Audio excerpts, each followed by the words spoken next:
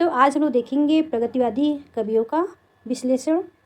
इसके पहले हम लोगों ने प्रगतिवाद की विशेषता, प्रवृत्तियाँ और आलोचकों के क्या मत रहे हैं प्रगतिवादी को लेकर, पिछली क्लास में हो गया है। ये प्रगतिवाद पर दूसरी क्लास है। तो आज सबसे पहले हम लोग देखेंगे नागार्जुन जी को। तो उनके बारे में देखते हैं, आलोचकों के क्या मत, उनका जन्म, उनकी रचनाएँ। तो चलिए बिना देरी किए इस क्लास को हम लोग शुरू करते हैं।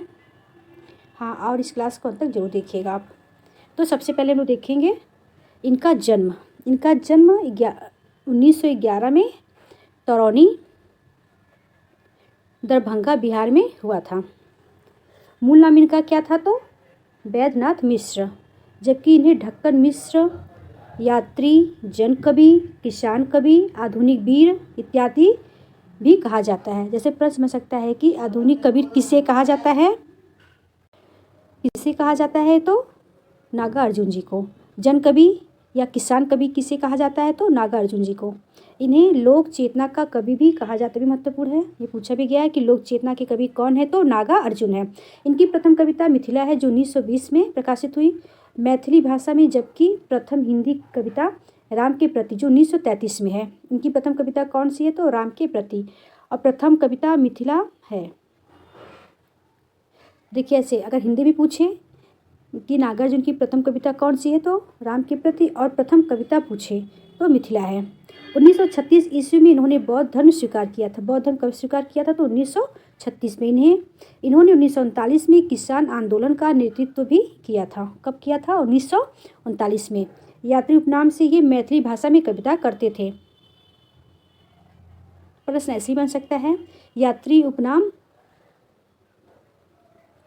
किस समय किस रचना के लिए या किस विधा की रचना करने के लिए किया करते थे यात्री उपनाम का? तो मैथिली भाषा में ये कविता लिखते थे।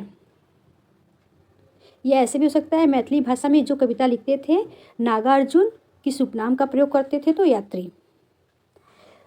1968 ईस्वी में मैथिली काव्य संग्रह पत्रहीन नग्न गाछ, ये भी इनकी महत्वपूर्ण रचना है। आगे देखते हैं।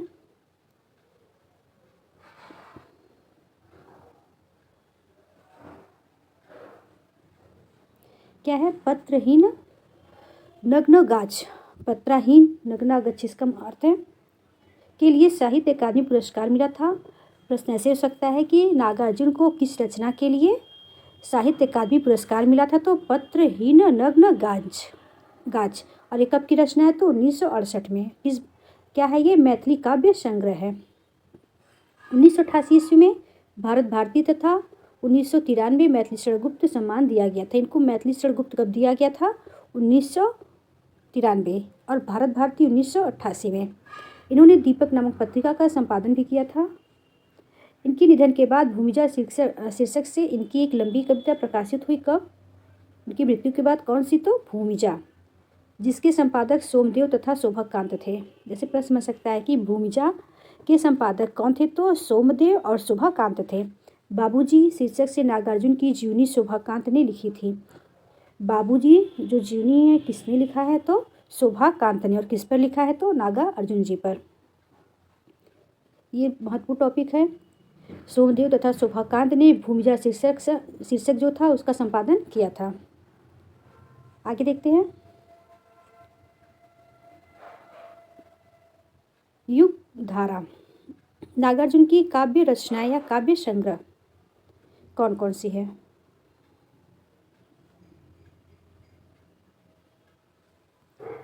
कौन कौन सी है? युगधारा 1953 में है। सतरंगे पंखों वाली 59 में। 1900। प्यासी पथराई आँखें 1962 में है। तालाब की मछलियाँ 1974 से 1975 की है। खिचड़ी विप्लव देखा हमने 1980 की है। तुमने कहा था 1980 में है। हजार हजार बाहों वाली 1981 में है। पुरानी जूतियों का कोरस 1983 में है। रत्नगर्भा 1984 में है। आगे देखते हैं और भी रचनाएं इनकी हैं।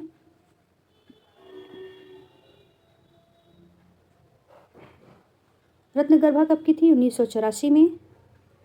ऐसे भी हम क्या, ऐसे भी तुम क्या 1985 में। आखिर ऐसा क्या कह दिया मैंने 1986। इस गुब्बारे की छाया 1990। भूल जाओ पुराने सपने 1994। अपने खेत में 1997, मैं मिलिट्री का बूढ़ा घोड़ा हूँ 1997 से 1998 की रचना है। आगे देखते हैं।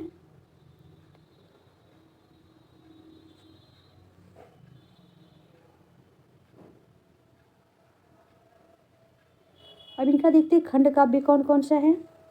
खंड काव्य एक भस्मासुर है जो 1970 से 1971 की है।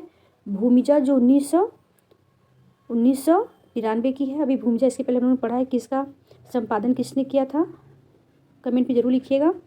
भस्माकुर किस छंद में लिखा हुआ है तो बरवे छंद में लिखा हुआ है। भस्माकुर किस छंद में लिखा हुआ तो बरवे छंद में। नाटक अनुकंपा और निर्णय किसका नाटक है, अनुकंपा और निर्णय। अब इनकी कहानियाँ देखते हैं कौन कौन सी है। असमर्थदाता, तापहारिणी, सूखे बादल की परछाइयाँ, हीरक जयंती, विषम ज्वर, काया पलट, मनोरंजन टैक्स इत्यादि। आसमान में चंदा तैरे इनकी कहानियों का संग्रह है। आसमान में चंदा तैरे किसकी कहानियों का संग्रह है तो नागार्जुन का। ऐसे बन सकता है कि यह किस विधा की रचना है तो यह कहानी संग्रह है।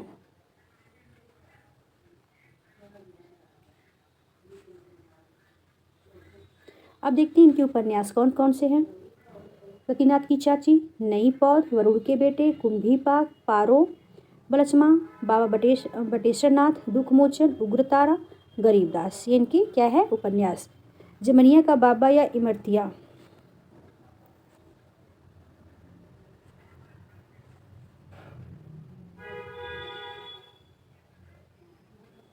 बलचमा, पारो तथा गरीबदास मूल रूप से मैथिली भाषा में लिखा गया है। बलचमा, पारो, गरीबदास मूल रूप से मैथिली भाषा में लिखे गए हैं। यात्रा वृत्तांत कौन कौन सा है तो हिमालय की बेटियां, टिहरी में नेल्स धोलिन, महाबिहार, आतिथ्य सरकार, सिंध में 17 महीने। आगे देखते हैं। संस्मरण कौन कौन सा इनका है। संस्मरण, मैं सो रहा हूँ आईने के सामने 1 घंटा। इन्होंने मेघदूत का हिंदी रूपांतरण एक व्यक्ति का युग शीर्षक से आलोचना भी की है। एक व्यक्ति का युग, यह किसका है अनुवाद तो मेघदूत का। मेघदूत का हिंदी रूपांतरण खंड काव्य श्रेणी का है। आईने के सामने इनका आत्मकथा रचना है। आईने के सामने। आगे देखते हैं। अब देखते हैं नागार्जुन की चर्चित कविताएं कौन कौन सी हैं। बच्चन सिंह और नागार्जुन की कविताओं को नुक्कड़ कविता कहते हैं। किसने नागार्जुन की कविताओं को नुक्कड़ कविता कहा है तो बच्चन सिंह ने। अकाल और उसके बाद, सिंदूर, तिलकित भाल, हरिजन गाथा, बादल को घिरते देखा है, महत्वपूर्ण कविता है। प्रेत का बयान। आगे देखते हैं। वह दंतुरिया मुस्कान, आओ रानी हम ढोएंगे पालकी, शासन की बंदूक, बहुत दिनों के बाद, कालिदास के प्रति, तर्पण, पाषाणी, शपथ, 5 पुत्र, भारत माता के, मंत्र, गुलाबी चूड़ियाँ। ये जितने भी इनका है, जितना भी कविता है सब आप लोग कॉपी में नोट कर लीजिए, क्योंकि जितनी भी कविताएं इनकी लिखी हुई है सब बहुत महत्वपूर्ण है, अक्सर एग्जाम में पूछा भी जाता है। अब देखते हैं नागार्जुन की लंबी कविता कौन सी है। नागार्जुन अपनी कविता प्रतिहिंसा का स्थायी भाव के संदर्भ में लिखते हैं कि यह उनके साहित्य का मैनिफेस्टो है। किस कविता में तो प्रतिहिंसा। आगे देखते हैं।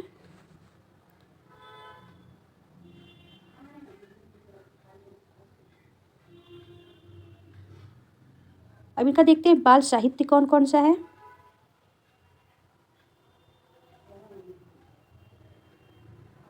बाल साहित्य कौन कौन सा है।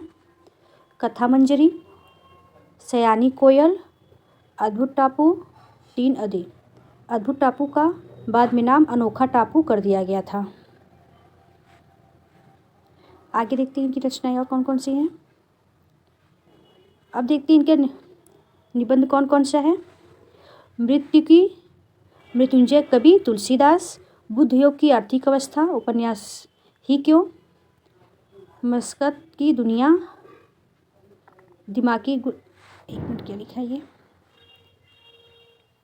दिमागी गुलामी, सत्यनाशी, जल प्रलय, हिंदी की छाती पर, भ्रष्टाचार का दानव, ये भी महत्वपूर्ण है। ये उपन्यास ही क्यों, यह भी निबंध महत्वपूर्ण इनका है। मृत्युंजय की कविता, यह भी महत्वपूर्ण है, इसको याद कर लीजिएगा आप लोग।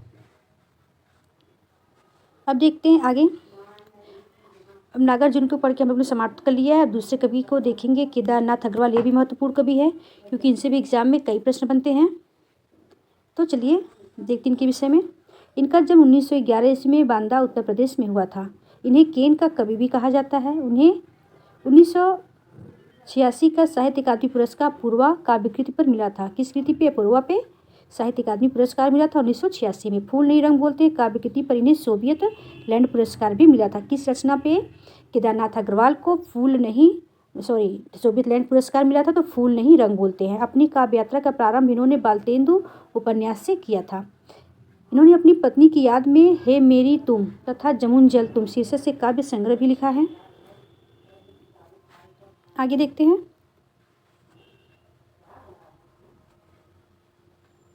अब देखते हैं इनकी काव्य संग्रह, इनकी रचनाएं कौन कौन सी हैं। युग की गंगा, बादल के नीत के बादल, लोक और आलोक, फूल नहीं रंग बोलते, आकाइना, समय समय पर, देश देश की कविताएं। उपन्यास कौन सा इनका है? पतिया, बैल, बाजी माल्य, ये इनकी अपूर्व उपन्यास है।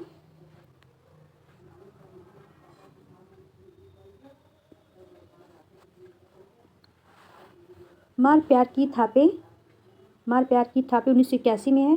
कहे केदार खरी खरी 1983 में। बम्बई का रक्त स्थान भी महत्वपूर्ण है। अस्थि और अंकुर भी महत्वपूर्ण है। अपूर्वा, इस पर कौन सा पुरस्कार मिला था कमेंट पे लिखिए, जिसके पहले हम लोगों ने पढ़ लिया है। जमुल जल तुम 1984 में। बोल बोल अबोल 1985 में। अभी देखते हैं इनका निबंध संग्रह कौन कौन सा है। समय समय पर, विचार बोध, विवेक विवेचन, क्या है? समय समय पर, विवेक विवेचन, विचार बोध, इनका महत्वपूर्ण निबंध है। आगे देखते हैं। अब देखते हैं कि चर्चित कविताएं कौन कौन सी है। धूप की तलवार, बस छूटने पर, लवर्स के बीच, नागलिंगम, वत्सल पंछी मौसम, माझी ने बजाओ बंसी मन डोलता, धीरे उठाओ मेरी पालकी, मेरी नाव, पुरैन के पात की। आगे देखते हैं। खजुराहो के मंदिर, चंद गहना से लौटती बेर, इनकी महत्वपूर्ण रचनाएं हैं। तो अब दूसरे कवि को देखेंगे हम लोग, शिवमंगल सिंह सुमन जी को। अब इनका जन्म कब हुआ था? इनका जन्म 1916 ईस्वी में उन्नाव, उत्तर प्रदेश में हुआ था।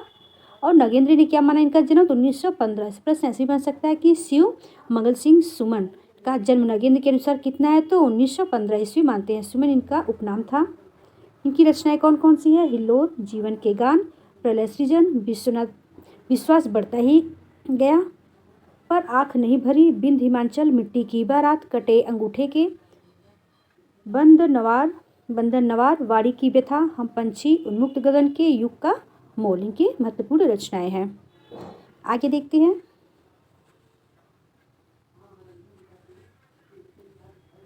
अब देखते हैं कि चर्चित कविताएं कौन कौन सी है। चर्चित कविताएं, कलकत्ते का कार, चल रही कुदाली, गुनिया यौवन, कंकड़ पत्थर, अब देखते हैं दूसरी रचनाकार त्रिलोचन शास्त्री जी को। इनका जन्म 1917 ईस्वी में सुल्तानपुर, उत्तर प्रदेश में हुआ था। इन्होंने अपनी कविताओं में अवधी बोली के ठेठ शब्दों तथा अवधी के छंदों का भी प्रयोग किया था। इन्हें सोनेट का कवि भी कहा जाता है। इनका मूल नाम वासुदेव सिंह था, त्रिलोचन शास्त्री का। आगे देखते हैं।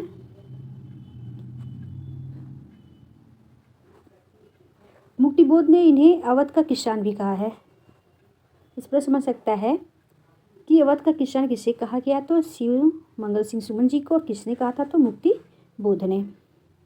बच्चन सिंह ने मुख्यतः आत्म विश्लेषण के कवि कहते हैं। किसने कहा? तो बच्चन सिंह ने। बच्चन सिंह के अनुसार त्रिलोचन का अर्घान जायसी निराला के अर्घान से भिन्न है। यह ठेठ गवई का अर्घान है।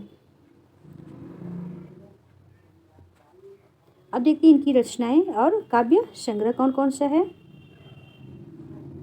त्रिलोचन की काव्य संग्रह या रचनाएं, धरती 1945 में, गुलाब और बुलबुल, ये भी महत्वपूर्ण है। 1956 यह गजलें और रुबाइयों है। दिगंत 1957 यह सोनेट है। ताप के ताए हुए दिन 1980 में है। शब्द 1990 में है। उस जनपद का कवि 1981 में है अर्घान। जितने भी इनकी रचनाएं महत्वपूर्ण है। आगे देखते हैं इनकी और भी रचनाएं हैं। अर्घान अनकहनी भी कुछ अनकहनी 1985 में, तुम्हें सौंपता हूँ 1985 में, फूल नाम एक है 1985, सबका अपना आकाश 1987, चैती 1987, अमोला 1990, यह अवधि तथा बरवे छंद में है। अमोला किसमें है? अवधि और बरवे छंद में। मेरा घर 2002 में है। जीने की कला ये महत्वपूर्ण है 1904 में है। आगे देखते हैं अन्य रचनाएं की कौन कौन सी। कहानी संग्रह, देशकाल, डायरी, रोज, नामचा। आलोचना कौन सी इनका है? काव्य और अर्थबोध 1995 में है। काव्य और अर्थबोध किसका आलोचना है? कमेंट में लिखिए।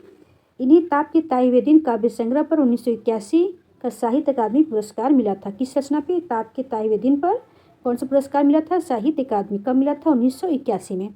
गुलाब और बुलबुल रचना पर इन्हें उत्तर प्रदेश हिंदी समिति पुरस्कार मिला था। हिंदी समिति पुरस्कार मिला था। सलाका, मैथिली शरण गुप्त सम्मान, साहित्य अकादमी पुरस्कार इत्यादि भी इन्हें दिया गया था। अब देखते हैं राघव। इनका जन्म 1923 में हुआ था।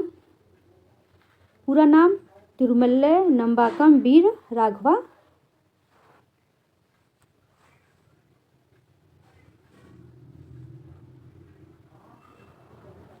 राघवाचार्य था। अब इनका काव्य संग्रह अजय खंडहर, पिघलते पत्थर, मेधावी, राह के दीपक, पांचाली, रूपछवि महत्वपूर्ण है।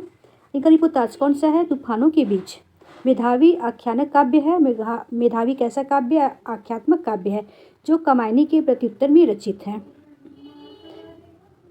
ऐसे प्रश्न समझ सकता है कि राघव की कौन सी रचना है जो कामायनी के प्रत्युत्तर में रचित है? तो मेधावी।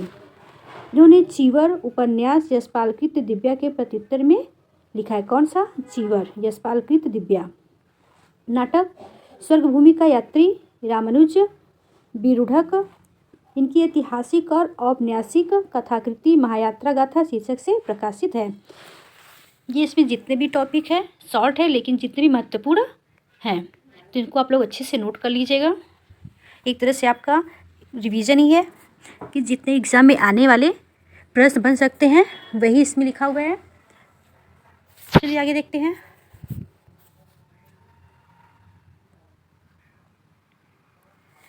तो आज के लिए इतना ही। हम लोगों ने केदारनाथ अग्रवाल, नागा अर्जुन, शिवमंगल सिंह सुमन, राघव जी को पढ़ के समाप्त कर लिया है। और भी रचनाएं प्रगतिवाद के तो देखते हैं उनको नेक्स्ट वीडियो में। अगर मेरी क्लास आप लोग को अच्छी लगे तो लाइक और सब्सक्राइब जरूर करिएगा। तब तक के लिए नमस्कार।